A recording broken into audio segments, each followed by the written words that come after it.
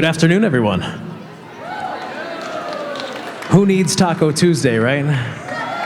We got Taco Monday. Yeah. Welcome to the 60 Days of Summer. I am Kyle Belanger, the least important name you'll hear all day. Oh, thank you. Thanks, Mom. Mom's here.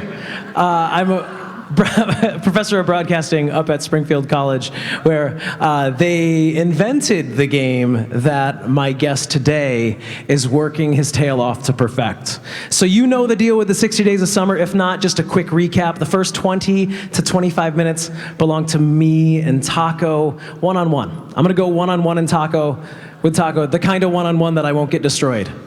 We're just going to have a talk. After that, 3 of you will get a chance to ask a question. So if you've ever wanted to ask Tacko Fall a question, today might be your chance. I see a lot of youngsters out there who probably want my job, and I totally dig. So in about 20 minutes, I'll ask for you to start thinking about the questions you'll ask.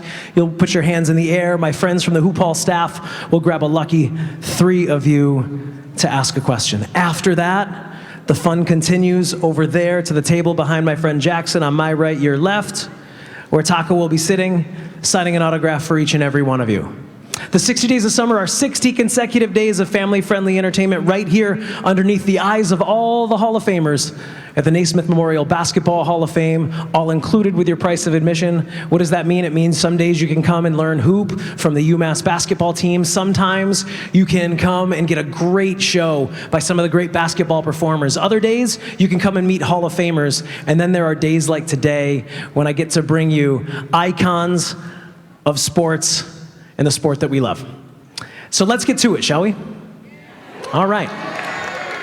Tacko Fall says right here on his resume, he's my new best friend, so I'll put that out there.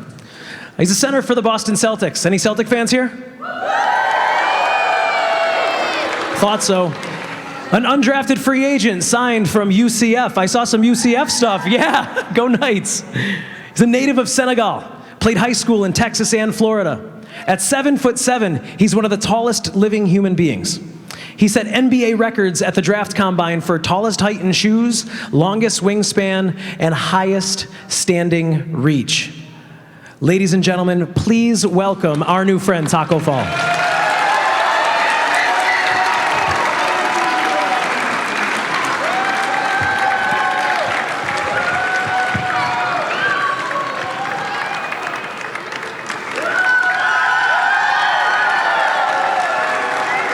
Welcome to Springfield, man. Thanks so much. Here.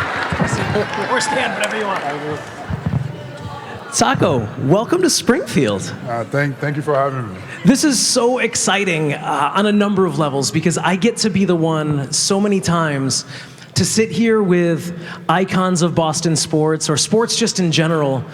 And oftentimes I'm talking about these careers. Just last week, I had Robert Parrish, the Chief, who played 21 years in the NBA. Sitting right there. And I asked him to look up and look at all the faces coming down on us.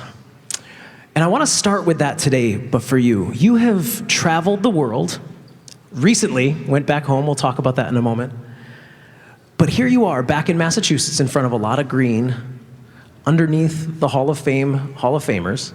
What is this moment, this particular moment, with all of these fans in front of you, what does this mean to you? Honestly, I can't describe what it means. Just being here in this environment with all these people, coming from where I came from, I could never have imagined this. After everything I've gone through to get to this point, and just seeing how many people were rooting for me and how hard I've worked to get to this point. And what's funny is, I think a few years before, when I had just started playing basketball, I posted a picture of this hall in my social media, and I was like, one day. Tacko. But no, that's true story. Yeah. But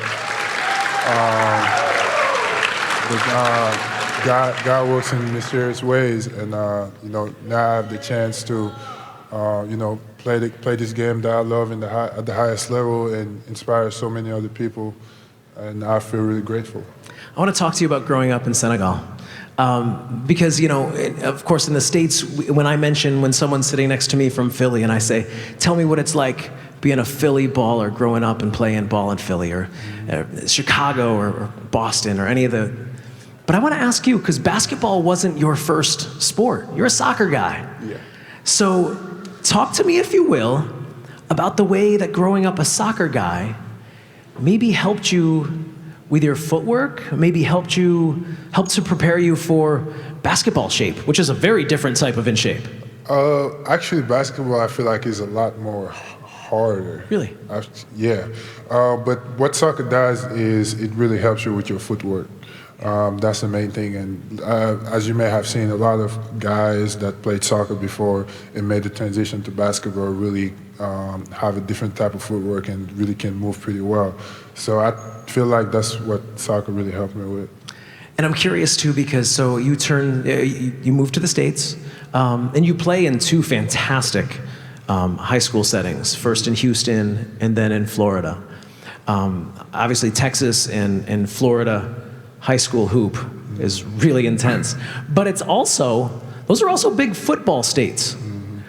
Was anyone ever trying to get Tacko Fall into a football uniform? Oh, no, never. I was way too tall for that. I was way too tall. But as you say, Texas, especially Texas, was a big, huge football state, especially in high school. But those years were really, really tough for me because that's when I had just started playing basketball. Yeah. I left home when I was 16. I was really close to my mom. I'd never been away from my mom. She would never let me go out at all. And then all of a sudden I was out of the country, 6,000 miles away. Yeah. So it was really tough making the adjustment, and I was terrible. Were you? I was terrible when I had first started. But obviously you start a new sport, it's going to be a learning curve. That doesn't mean you're bad, you just need to learn how to play the game. So I just went to that, but I just put my head down and knew that I was on the mission while I came over here. And thankfully I had a lot of people who helped me with my game mentally, and I just never gave up. I just kept pushing, went to Florida, did a couple years of high school there too, just kept getting better year after year. Before finally ended up at UCF in college. You talk about some of those people who helped you in those early years, and I think one of them is looking down at us right up there, Hakeem Olajuwon.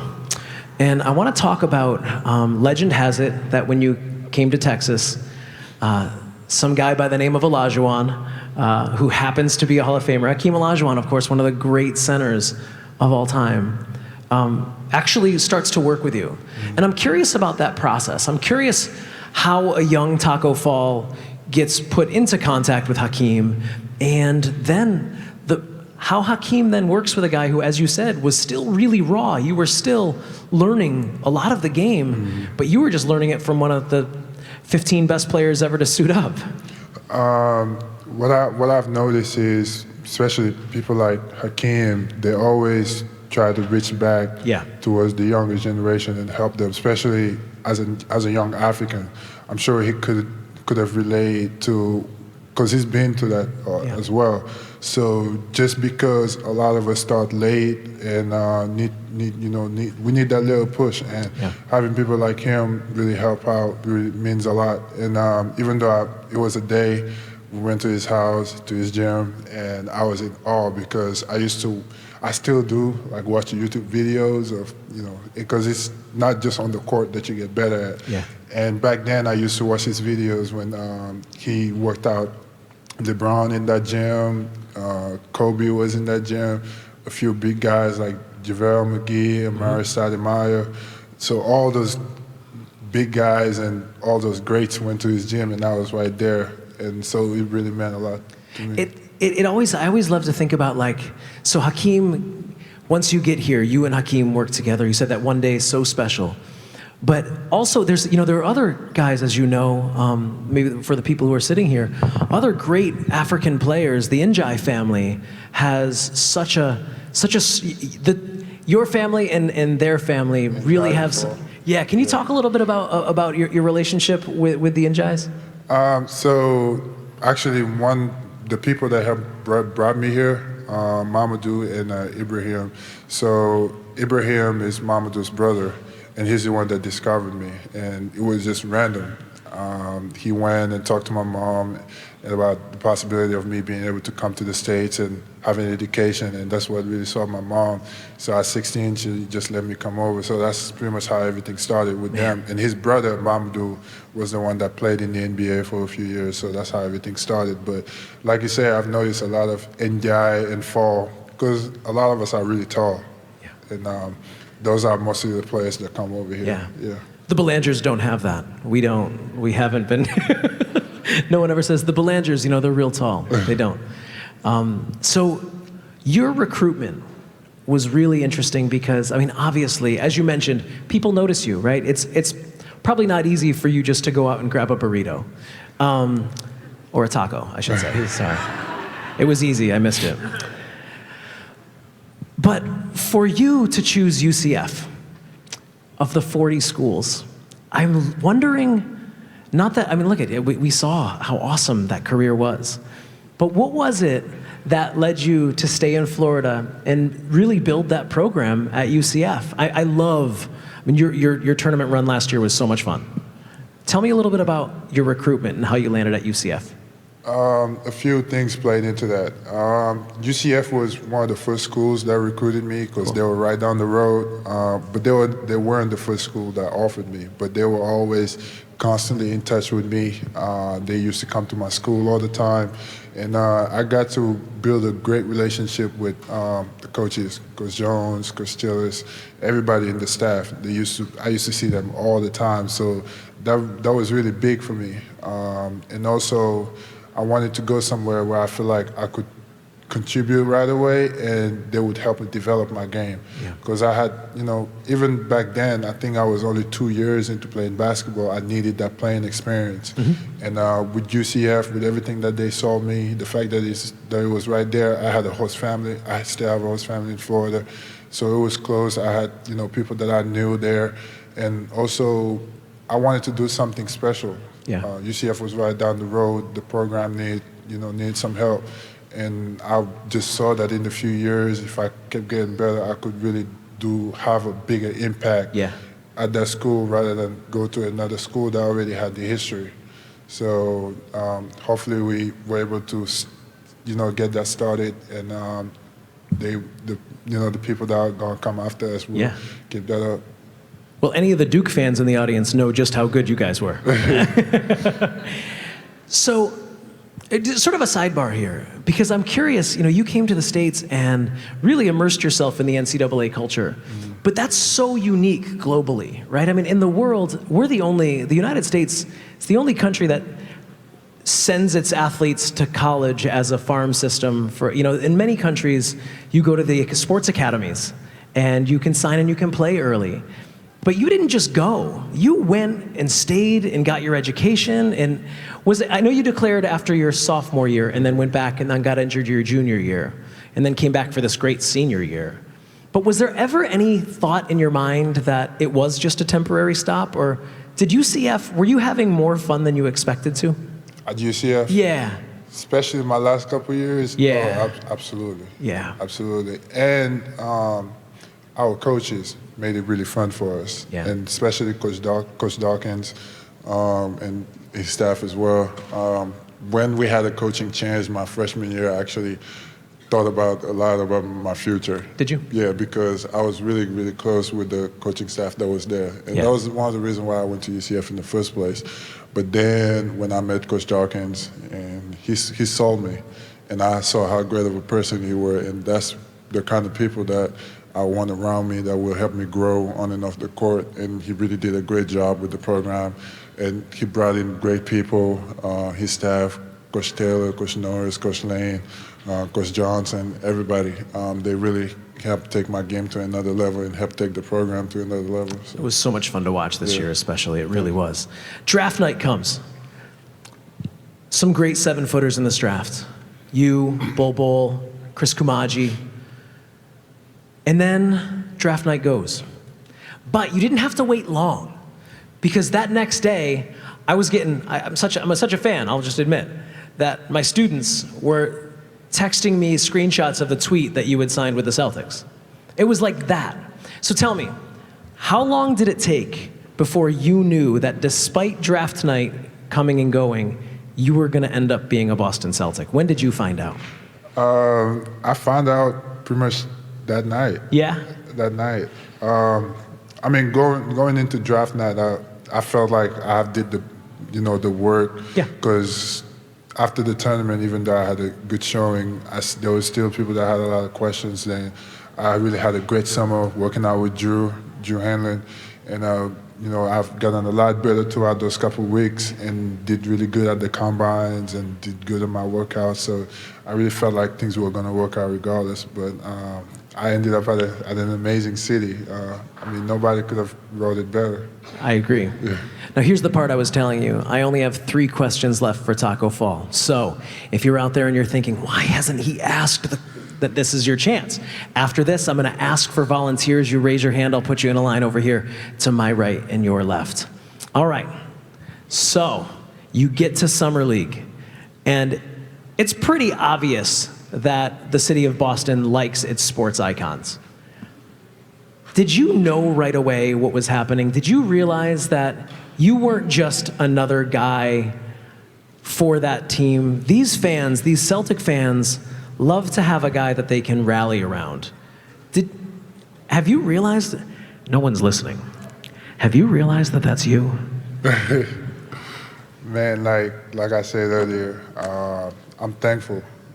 I feel really blessed to be in the position that I am. And I didn't expect what happened in Vegas, but whenever I stepped on the court and I looked around and I saw all these people cheering for me, and like I said, with where I came from, it really made me realize, like, it actually inspired me to keep pushing. And thank you for your support. I really appreciate it. Doesn't go unnoticed.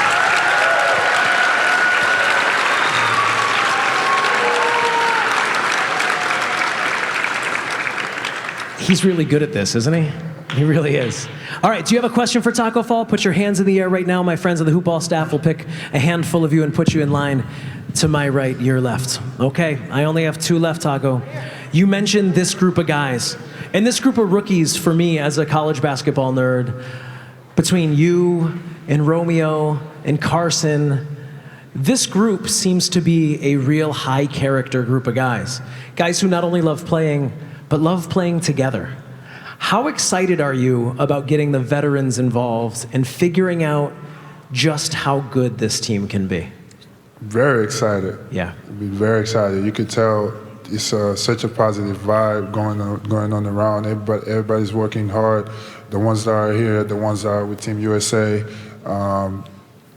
We started in Summer League, and I'm just looking forward to what's to come. Have any of the veterans reached out and just sort of made it known that when they get back, they'll be there right there for you? I already met pretty much all of them. Awesome. That's great. So, yeah. Okay, my last question. I love your game. What are you working on for you between now and opening night? Just getting used to the system. Yeah. Here in Boston, and keep working on the things that got me here. Keep working on my body, being able to, be in great shape so I can stay long on the court, being able to run up and down, and just do simple things. I mean, those are the little things that will take you really far. So, ladies and gentlemen, Tacko Fall.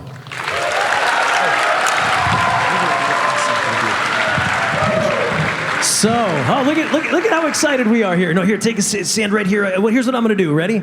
I only have a couple of requests for all of my new friends who are about to ask these questions. 1, you let me hold the mic, and 2, you introduce yourself to Mr. Fall before you ask. How's that? All right, what's your name and where are you from? I'm Atticus, and I'm from Durham, North Carolina. Great, Atticus. What's your question? After basketball, what is your career goal? Okay. I have a lot of career goals after basketball. I'm still trying to figure it out. I would love to be in the front office someday, kind of still be involved in basketball. I grew up a big nerd. I love computers. I love to mess with anything with technology, and I actually did a couple years of computer engineering at UCF, so maybe finish that up and go into the tech world a little bit. Thank you, Atticus. Excellent question. Hey, bud, look at the hustle. All right. What's your name? Where are you from? I'm Cameron, and I'm from Beverly, Massachusetts. Who are you most excited to play against? Play against? Everybody. Everybody. I mean, you play night in and night out, you play against the best players in the world, regardless of who it is on the court, whether it's LeBron James or the last man on the roster. Everybody's good in the NBA. I'm just looking forward to, go out there and compete and get better myself. Thank you, Cameron. Jason Tatum, number 2. Hey, buddy, what's your name and where are you from? My name's Drew, and I'm from Wilbraham, Massachusetts. Did you ever doubt that you weren't going to make it to the NBA? I had, especially when I had just started. I didn't even know if I was going to go to college, but that's where you have to be mentally strong. Remember why you started, and things are not always going to be easy, but as long as you don't give up, things always tend to work out in some way or another. So regardless of whatever you do in life, you just got to keep pushing. Thank you. Thanks, Drew. Hey, buddy. What's your name and where are you from? My name is Ashwith, and I'm from Southborough, Massachusetts. Who's your role model that you look up to in basketball? In basketball? Yeah. I had a few, especially the legends like Hakeem, Kareem, Bill Russell, Tim Duncan especially.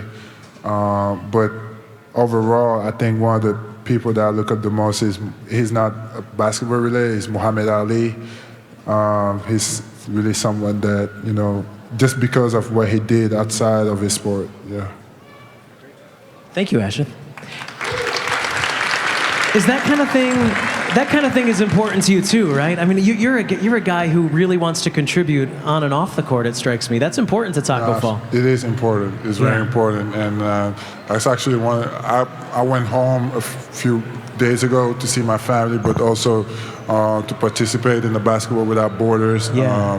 Back they had it in Senegal, and I really had a great experience. And for me, it was a way to get started in the community and help kids out in Africa. This has been such a pleasure. Ladies and gentlemen, one last round of applause for Tacko Fall. Now the fun continues. I'm going to ask each of you to get into the line on my right, your left. There are 2 lines. One is for hall pass holders. If you are a hall pass holder, the line on the right is for you. If you